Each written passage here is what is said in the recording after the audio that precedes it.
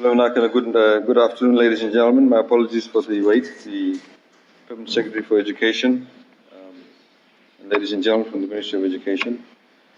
In fact, for the past day and a half, we've actually been meeting with a team from UNFCCC and various other advisors in respect of the COP and pre-COP events that we're going to have, and of course with the Presidency.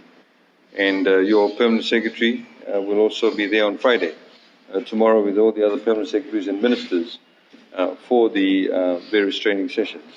The reason why I raise this is because, ladies and gentlemen, climate change is a very important issue that all civil servants, in particular people like yourselves, who are in the administrative side and decision-making side of the ministry, need to be aware of and cognizant of, because it actually does have an impact on your policy decision-making vis-à-vis the schools, the students, and how it actually affects our socio-economic setup as a country and indeed as a planet Earth.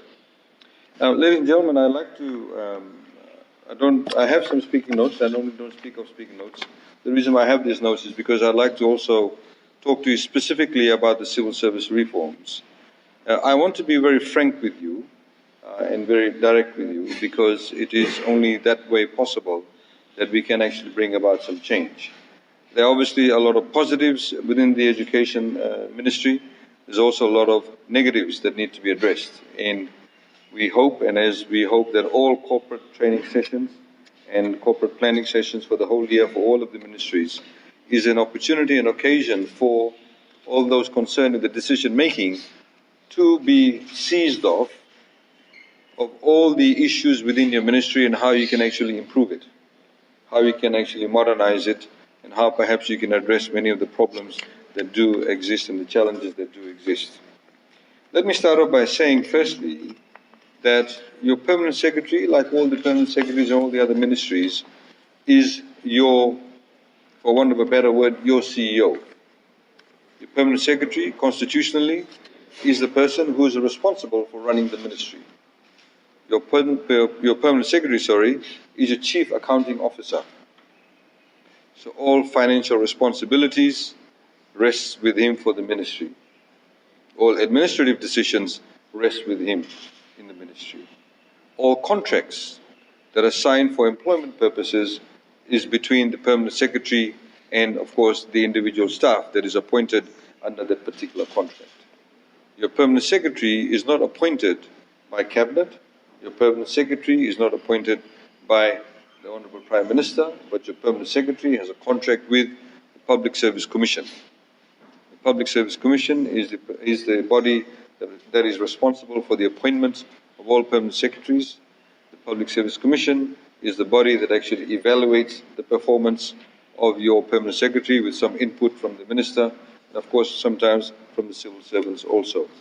That is very clearly the rules of the game as far as your responsibilities, your duties, your obligations are concerned. So your loyalty, as far as the administrative side of matters are concerned, lies with your Permanent Secretary. And it is very important to have that chain of command, because as we've seen, sometimes with your ministry and also some of the other ministries, people tend to shoot off in different directions. And I think it must be established right from the beginning that your Permanent Secretary is the one that you do report to. You may not report to him directly or her directly, but you do report through the chain. Therefore, the confidence that the Permanent Secretary seeks of all of you is very critical. He must have that level of confidence in you to be able to ensure that he receives all the right information from you. He receives all the constructive input in terms of making an informed decision for the ministry. It's very critical to understand that. One of the reasons why I raised that is because recently, only just a few days ago, even today, there's been a major administrative bungle by the Ministry of Education in terms of the information that was given to the Civil Service Reform Management Unit in terms of the assessment on the percentage rises of salaries for example, vice principals and principals, because the classing or the classification of schools depending on the size was done incorrectly. Now, that is your bread and butter daily administrative issue. How can your administrative officers who deal with particular area get it wrong. It's a very fundamental issue that should not have got it wrong. This is one example. There's an example of another example where contracts have been given to teachers, where contracts are actually ending in the middle of the school year. Again, why was that information not clearly passed on to the permanent secretary? As a result of which, it creates a lot of negativity. As a result of which, it creates a lot of bad will. Not goodwill, but bad will. As a result of which, it undermines the confidence within the teaching cadre. Because people then go off, hang on, the ministry has given me a contract, how can my contract end in August, for example, in the middle of the school year? Surely, there's a lot of flexibility built in within the civil service regulations. As you know, the regulations have been amended to be able to allow the flexibility for that to actually take place. So, you actually have, in fact, directly, you are the largest ministry in respect of the monies that have been allocated to you. The education sector, I should say. The education sector is in excess of $900 million. You can take out $170 million for the huge school rebuild. But notwithstanding that, the education sector has over $900 million. I don't know how many of you actually saw or read the Fiji Sun today or saw the statistics that was released by the Bureau of Statistics yesterday, that they've recently done the employment rates. Unemployment in Fiji has dropped significantly. But one of the interesting results of the survey was that, in comparison to the survey that was done in 2010 compared to now, is that the number of school dropouts, the reason for school dropouts, around about 34 to 35% of students who dropped out of school when the survey was done last cited costs as being the major reason for them dropping out of school. About 34%. They said, because it was expensive to go to school, I have had to drop out. The recent survey shows that only 4% of the students who have dropped out actually cite expenses as being the reason for them dropping out. It's an enormous shift. So in other words, we have various policies in place, with the various financial incentives in place. We're creating a much better environment for students to actually continue with their learning process and remain in schools, which is a good thing. It's a positive thing. So as a ministry, as the administrative arm of the ministry, you should be elated by that. You should actually be happy about it. I don't know how many of you know about it, about these facts and figures. You see, but as the administrative arm of the Ministry of Education, these facts and figures are something that you should be actually digesting on an hourly basis. You should be knowing this type of information. And as I said previously, professional civil servants in their particular area would be actually always hungry for information, would always be going out of their way to be digesting information, whether from the newspapers, magazines, journals, internet, all of that, to be able to see how you can actually improve yourselves. Because the reality is that as the administrative arm of one of the largest ministries in the Fijian government, you have a lot of people who actually are dependent on you to make the right decisions. You have a lot of people who are actually dependent on you to give the right information to your permanent secretary so he can make the informed decisions and in fact allow us to also as government to be able to make the right decisions. Frankly, I see that such basic neglect of such basic passing of information is either completely gross negligent or deliberate. There could only be two reasons. Because all of you have very high levels of intellect. So either completely gross negligent about it, or you deliberately have passed on wrong information. As a result of which, it puts your permanent secretary, and it puts government, and it puts the civil service reform in a very bad, negative and bad light. There's of course a lot of positive things happening, which I'd like to talk about, but let me just talk to you very briefly about the civil service, and I think in particular the open merit recruitment system. This, of course, not only applies to teachers, but also applies to all of you. So how you are appointed, how you are promoted, how you are actually selected for various positions is also very, very important. As you know, we introduced the changes through the OMRS, Open Merit Recruitment Selection Guidelines, and your ministry is now fully implementing the requirements. We've had unions say to us that the Ministry of Education cannot implement it because they don't know how to implement it, that it's actually failing, because there's still a lot of nepotism, there's still a lot of improper practices in respect of that. You have to ensure that that does not happen. Your permanent secretary, that's one of his key performance indicators, has to ensure that that does not happen also. The reality is this: if you are a senior manager in your ministry and you have jobs that are advertised, and if the persons who are going to actually report to you, you select the right people, it will make your life easier. It will make your job easier, because they will be able to work, they are the best person for the job, they will be able to give you the best information. They'll be able to assist you when that assistance is required, and in fact that assistance should be required all the time. So by doing that, it makes your job easier, it makes you look good. I like the idea of having around me people who are appointed on merit who are very, very good at their job. A permanent secretary cannot know everything. A permanent secretary cannot specialize in every subject matter. You are the specialist. So it's his job, it is like your job, to get the best people around you so you can all put your heads together, and then the leader makes the right decision. And then for you to be able to see, the gratification, of course, is that when that decision is made, that is the best decision.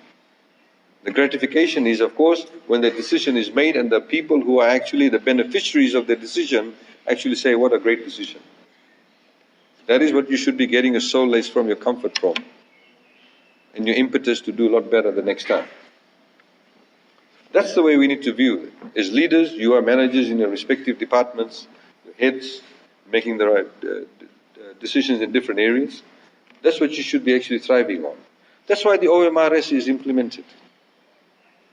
A lot of people took a very ethnic perspective of OMRS. Said, oh, if you have OMRS, then only one ethnic group will be appointed. That's nonsense.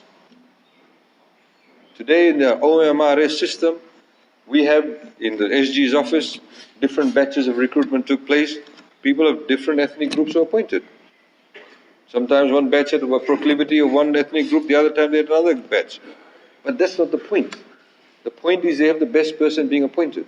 In fact, through the OMRS system, we find that more females are actually getting into positions where they normally didn't. Case in point is the Solicitor General's office. They've never had such a high level of women. And I can tell you all those women who have been appointed, lawyer women, have been all appointed on merit. Before it was the boys guy, the boys had a network. Purely OMRS, purely on marks, pure performance. And of course the point is, once you appoint people, it does not mean that you kind of just leave them alone. You have to assess the performance also. We fired people because of non-attendance at work. We fired people because maybe they were taking substances they weren't supposed to. All sorts of things do happen. You, of course, have a very big challenge. You're one of the largest cadre of civil servants you employ, and who serve, 230,000 clients of yours, who are the school students. They are your clients. Universities are your clients. So the way that we need to view these things, what are we doing best to ensure that the best quality service is delivered to our clients? Now, many of you should have attended the training for OMRS and have been certified to sit on selection panels. It is as much part of your job as any other duties you may undertake. It's very, very important. I hope you've done that, and PS, I hope your team has. Many of you have attended. And reality is, I don't know how many have actually been asked to sit on the panels of other ministries. In some of our ministries, we actually get people from other ministries to sit on our panels. Public enterprise does that, economy does that, and various for admin positions in the AG's office, they do that. And you need to actually, excel in that. That actually becomes, in a way, a professional career path for you too. You need to look at it that way. You can actually become a good HR person, even though you may not be a HR person per se. This year, the civil service reforms have focused on the changes to the discipline process and job evaluation. I will talk about more job evaluation shortly, but I wanted to mention discipline specifically. Again, as senior managers, you need to be aware and be able to implement the requirements of the guideline. The guidelines requires effective supervision and management. This is your responsibility. There is a requirement for transparent processes that fully cover the principles of natural justice, and again, this is the responsibility of all supervisors and managers, not just the ethics and discipline unit. It starts with all of you as well as the school heads. When it comes to ensuring discipline within the civil service, we wish to assure you that constitutionally guaranteed due process will be followed. And this is what the guideline will achieve. As you're no doubt aware, earlier this year, the Civil Service Reform Unit, together with the input from the SG's office, reviewed the disciplinary process in the Ministry of Education. The disciplinary board, which was set up within the ministry, was not fully complying with due process, and indeed was taking action that was in breach of the Constitution. As a result, these decisions of the Permanent Secretary and the disciplinary board were rescinded. In its place, a proper process that accorded natural justice to the staff of the ministry was implemented. One of the things that I do personally find quite alarming is that many of the people, not just in this disciplinary board that was created on an ad hoc basis, but I've seen in other ministries where the superiors actually make decisions, in particular disciplinary matters, they completely negate natural justice. What I always think to myself, how would they like it if they were on the other end of the table?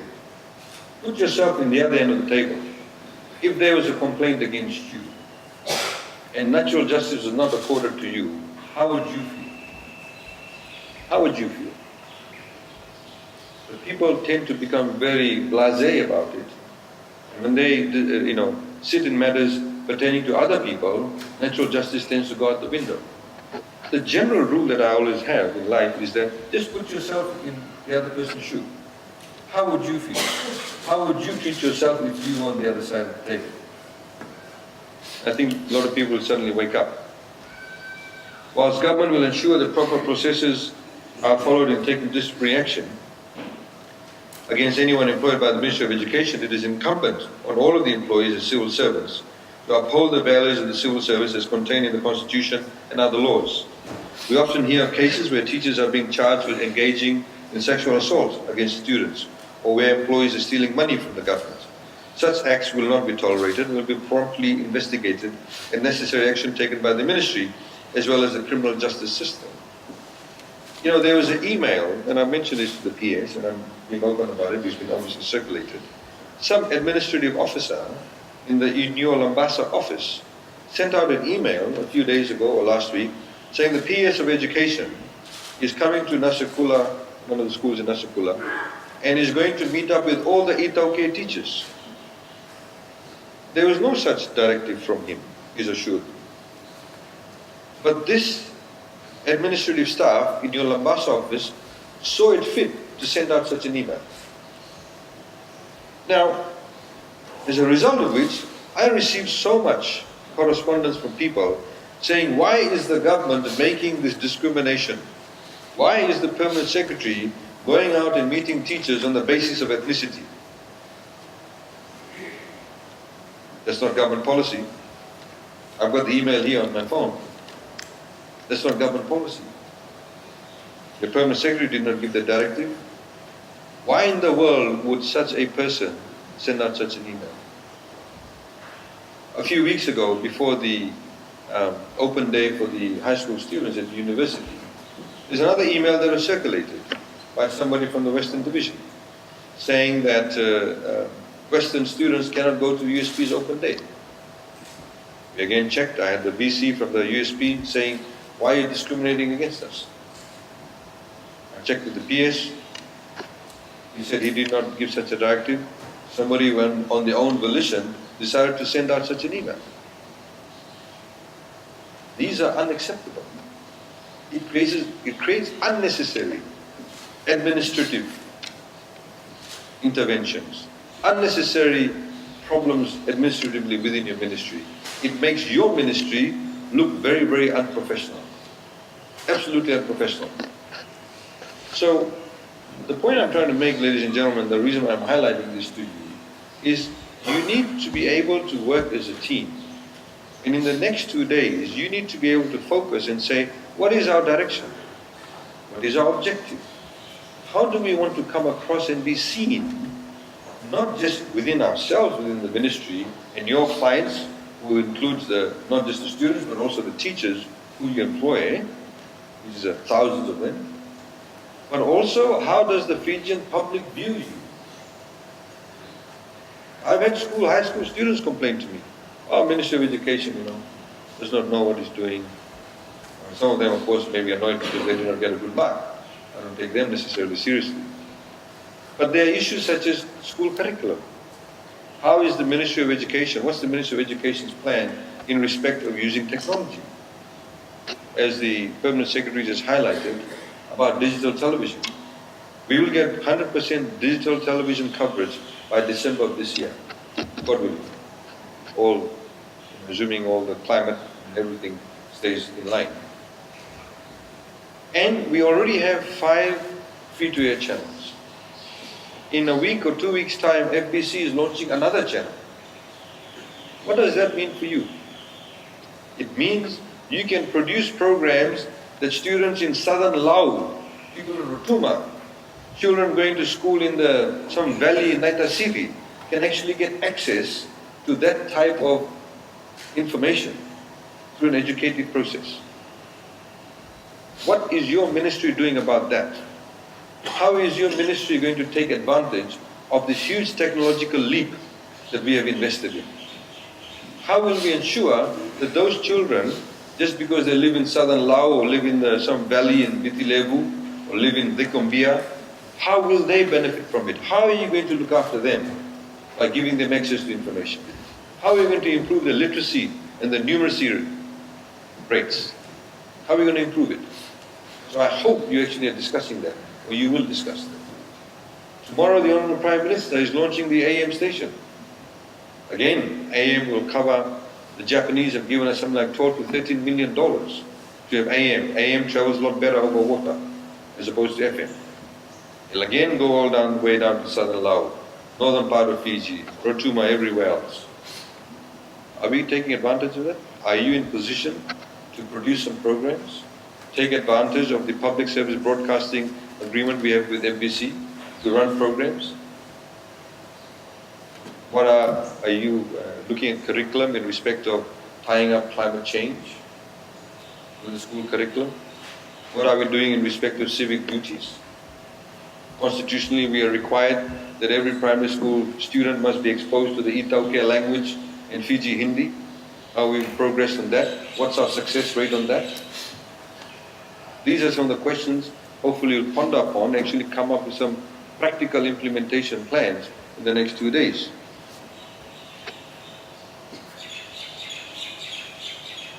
Moving on to job evaluation, as we have announced previously, we are not simply changing the current salary. This is a fundamental change to the way remuneration is structured in the civil service. We are benchmarking to the private sector, seeking to attract talent through a combination of open merit, attractive salaries and improving conditions within the workplace through new supervision and discipline practices. This all stems from the vision in the Constitution of a civil service upholding the values and principles enshrined within it. Service to the public, efficient and economic use of public resources, and cultivation of good human resource management in order to maximize our potential.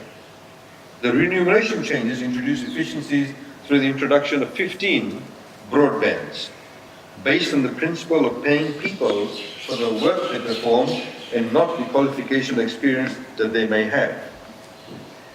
These factors will be further rewarded when we introduce performance management later this year.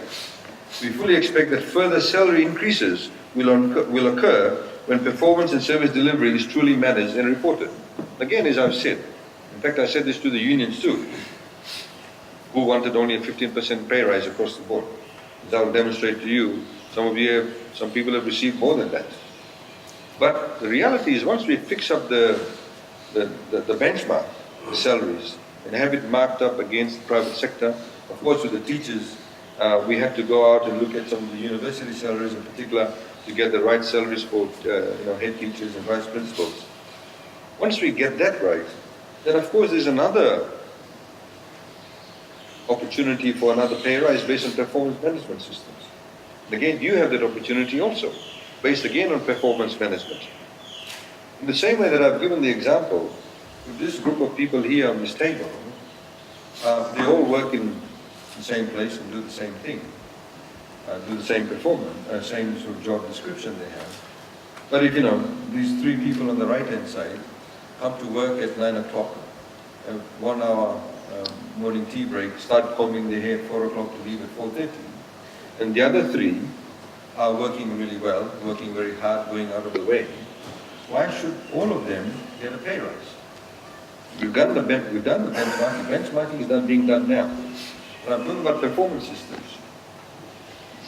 Those three people on the left-hand side actually should be rewarded more than those who are actually on the right-hand side. Because if we actually give them all the same rise, it's a disincentive for those three to actually work hard. Very simple, it's human nature. They would say, well, why should I go out of my way to work hard? And these three would say, let's just plod along. So overall, the entire performance of that particular department significantly diminishes.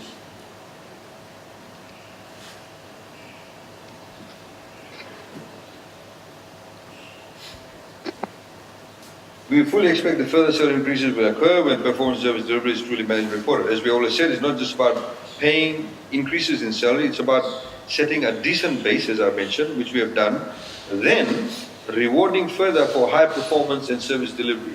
Your permanent secretary has that ability to do that. All permanent secretaries now under the Constitution do that. That's what we set out to do right from day one. We wanted to get the base right, and after that, your permanent secretary, with a transparent process where your individual performance is assessed by your subordinates, by your superiors, by those in the same level as permanent secretary, you can get very different pay rises through a transparent process. Everybody will be judged based on all the common denominators. Our common cadre positions, those that are in the headquarters of most ministries, the average increase has been 15.8%. As you would be aware, the actual increase varied from position to position, as these jobs include administration, accounting, audit, procurement, and supplies. And the extent to which we have already matched the private sector varies across these professions. Contracts have already been issued for these positions, and for most, this is part of the implementation is now complete. Tranche 2 jobs, including all of the education scale jobs, have recently been finalized, and the ministry is in the process of issuing contracts across all of these positions. As I mentioned earlier on, the change moves to position-based pay. So not based wholly on the qualification held, but on the other factors that make up the entirety of the job.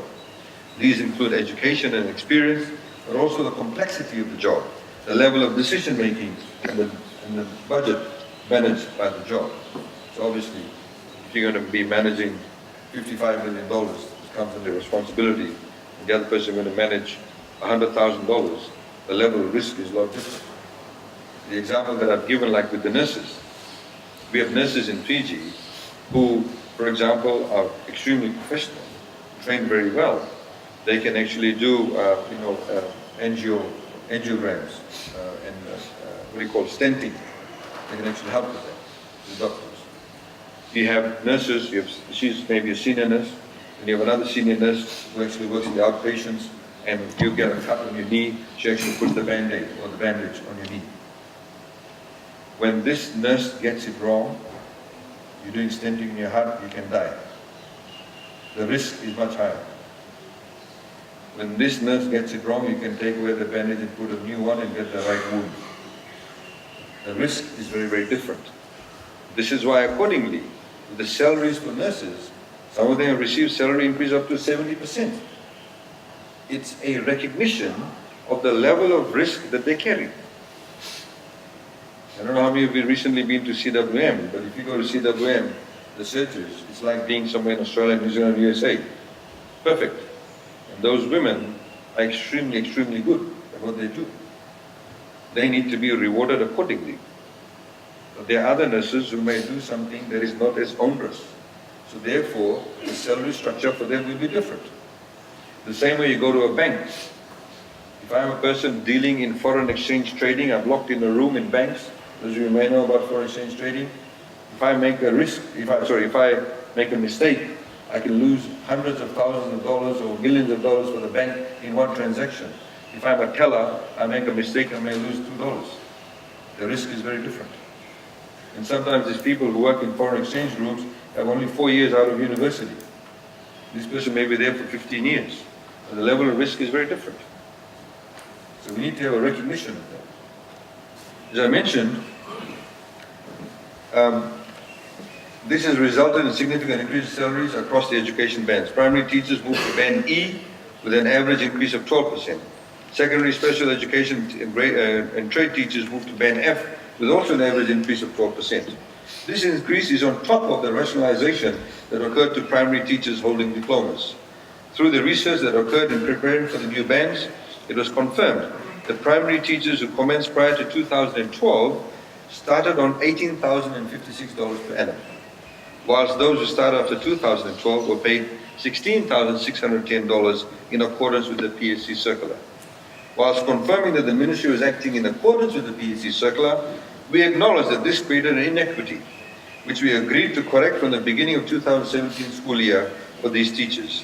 This further confirms our commitment to equity and fair terms and conditions for all of our employees.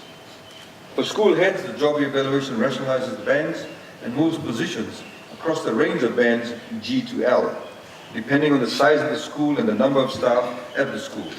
There are significant increases in salary for most of these positions. The CSRMU information officers will be conducting detailed sessions of exactly how much these increases will be.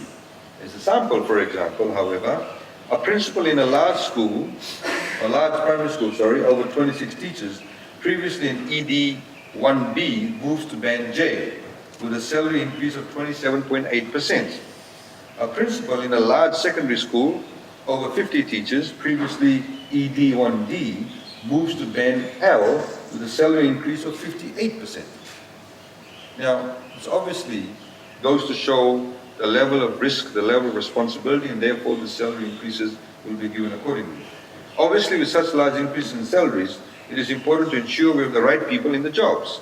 And all the jobs with an increase of over 15% will be advertised. There are people, for example, at the moment we have permanent secretaries who used to be at director level. They are now today a permanent secretary. So we found sometimes within the civil service, because we used to follow a linear way of career development, I'm here, I'm below him, and they move along, then I move along. So maybe this person here has actually got enormous potential and have the ability. So the old way that it worked was that, if you wanted a pay rise, you saw that there was no position vacant, then you perhaps moved from education and moved to some other ministry, or moved to the Ministry of Cooperatives. Somebody's with Foreign Affairs one time, then they moved to Trade and Industry, or they moved to, whichever ministry.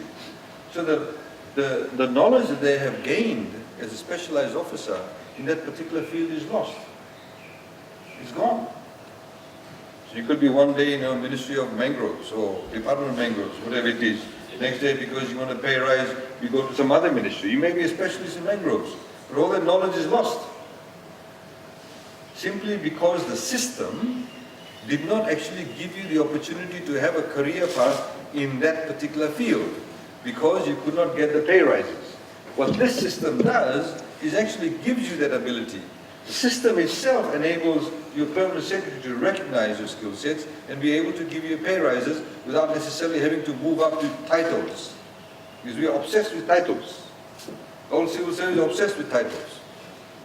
It's not the titles that matter. It's what you are doing as your job, and it's what you get rewarded for it. Now, to avoid disruption to schools and students, all current incumbents will now act on their roles, and the Ministry will develop and publish a recruitment plan to advise when each band or position will be advertised. Greater transparency in the process will be also required of the Ministry, with external panel reps included to ensure that the process is followed, is in accordance with the OMRS, and the true merit is applied. We further confirm that these changes to remuneration are not the end. As planned under the reform program, we are working on performance management guidelines, which will include details on monitoring and assessing performance, and on how our high performers will be rewarded in the future. Transition to the new bands is the start. This is the start, ladies and gentlemen. Please remember, the performance management guideline will detail how you will be able to move from one step to another in the bands based on confirmed performance. If you look at the bands, you have much greater flexibility to move within the bands to get pay rises. We confirm that this guideline will also include details. Excuse me. Have my water, please. Oh, yes, yes.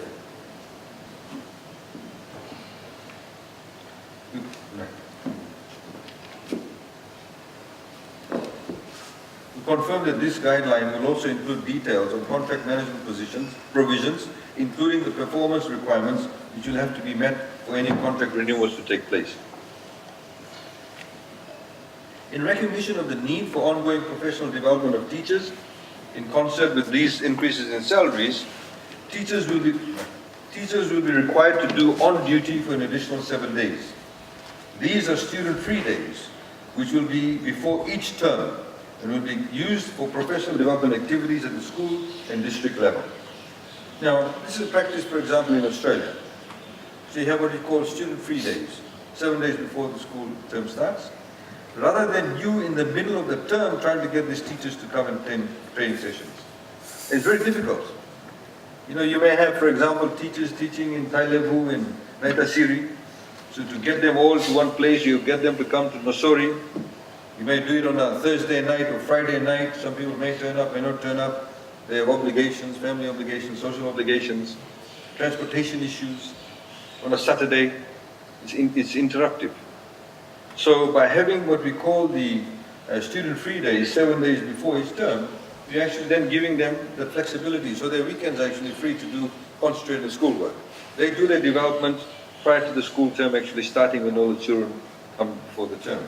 It's common practice in many of the countries. This will ensure that our teachers have the skills and knowledge they need in order to implement new curricula and therefore provide the best possible educational outcomes for our children. We are here now confirming the plans for the ministry for the next year at least. You need to consider these changes in your planning, particularly how you will measure the outputs and inputs of your staff, linking back to the plans you're confirming over the next couple of days. You, of course, can expect your performance will be measured against the deliverables in the ministry plan. Through the reforms, the planning cycle and documents will change. The activities are important, therefore. But be aware that by early next year, you'll have to update and amend your plans to fit in with the new format. I'm also happy to say that your Permanent Secretary has also requested the Civil Service Reform Management Unit. As you know, that we've had World Bank consultants that have been looking at individual ministries and how we can actually reform the ministries to make them a lot more modern. Many of the positions that you actually have were put in place decades ago. Many of the ways in which you currently conduct your administrative matters was done decades ago. There's been actually no shift, frankly. Now we have, just to give you a classic example, slightly different but similar in the essence of it. If you saw in this year's budget, the meteorological department used to sit with the Ministry of Infrastructure. Infrastructure, as you know, used to be PWD. Now, it's been sitting there for all this time, but meteorological services, of course, is now been moved to natural disaster management.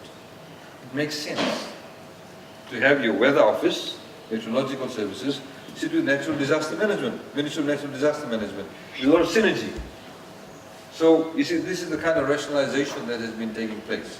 So within your own ministry, you may have some changes to the way that your ministry is actually administered, how the structures actually work.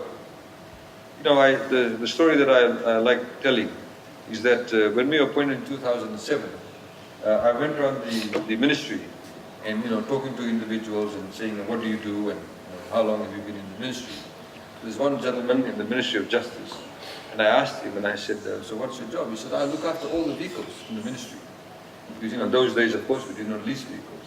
It's okay, that's his full-time job to look after all the vehicles. But how many vehicles in the ministry? One. The Ministry of Justice had only one vehicle. But there was a position for a person to look after all the vehicles. So they filled the position. In the private sector, you have your PA who will look after all the vehicles. The person who looks after the vehicles doesn't actually get under the car. You just have to make sure the vehicle goes on time for servicing and, the tires are there in those days. Now, of course, with the leasing arrangement, it's different. But you see, what I'm trying to demonstrate to you, that there may be certain ways of actually changing the roles. There's a need to do that. We still have some ministries, they say typists. How many of you people in your ministry actually have a typewriter? You no longer have typewriters. But we still call positions typists. There's still a lot of people, for example, a lot of the lawyers in the AG's office, they don't actually, before, they would either dictate or they would write longhand and the secretary would type. Now the lawyers do their own typing. They sit behind a computer and type their own opinions, affidavits, what have you. Their own statements of course. So technology has changed. Times have changed. You need to also change with it too. In fact, you are one of those ministries that needs to be way ahead of everybody else.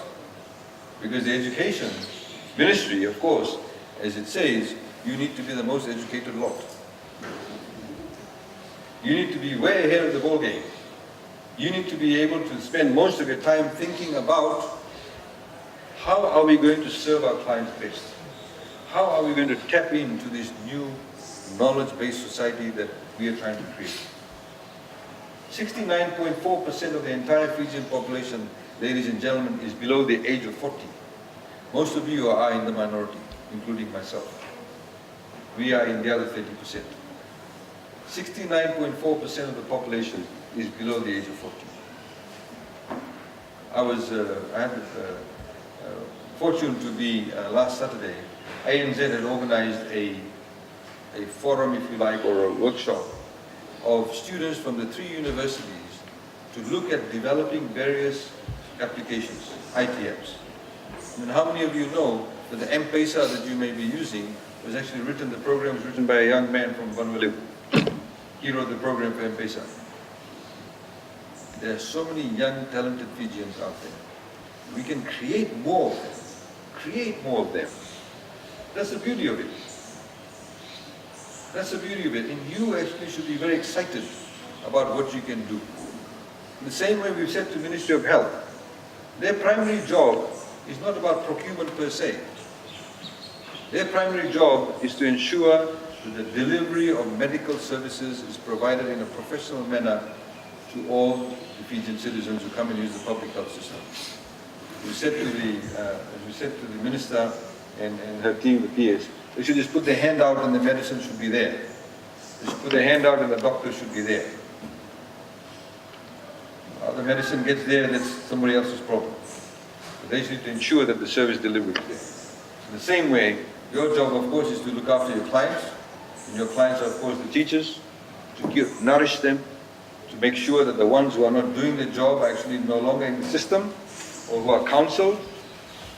After counseling, they cannot do the job, they should not be in the system. There are many young people there who can take up their positions. So, you see, these are the very exciting things that can be happening within your ministry. And as I've said, we're also confident about the PS, talking about the restructuring within the ministry itself. Please work with him. It's not about job losses. It's about re-engineering yourselves. It's about being more relevant to your clients. It's about getting up new ways of thinking. As I always say, there are a lot of exciting things that are actually happening. And you can actually make your role very exciting too. Please also remember, you've got a large chunk of the money. You have to also know how to spend it properly. So there are very basic things like, you've got to get your procurement right. Make sure that you do your tenders on time. Like, we've got a lot of complaints about textbooks. Make sure that the procurements actually go out on time. The tenders go out on time. The issues in respect of, also as you know that I forgot to mention about the e-ticketing now. Those people who, I don't know how many of you here are dealing with e-ticketing. There's a large pool of you who are dealing with e-ticketing. It's going to completely change now. But notwithstanding that, we have to ensure that it's actually administered well. Less people now required, less ability to steal from the system, but also we need less people to now do that job. It's one other issue. The other, of course, is because of the money you've been given, you need to ensure that it is properly administered, that money is spent wisely, it's spent properly, and the day-to-day administrative matters. That's very, let's not move away from the core business too. In terms of salaries, teachers' salaries being paid. I've had this year, for example, 2 teachers who complained to me about their salaries not being paid on time. Very basic things like that. So, of course, now, you are the ministry with the largest range of bands. I think it's something like 23 different title positions, 23 or 26. You have to remember that it creates a lot of cost for us in terms of HR management too. So, please don't forget your core business in terms of your day-to-day running of matters. You also still have some of your asset management guys also need to be able to ensure that the R1 and 2s, the schools, some of them still need to be fixed up. The Rs 1 and 2 need to be implemented also very quickly. Okay. Thank you. Number 3, 1, 2,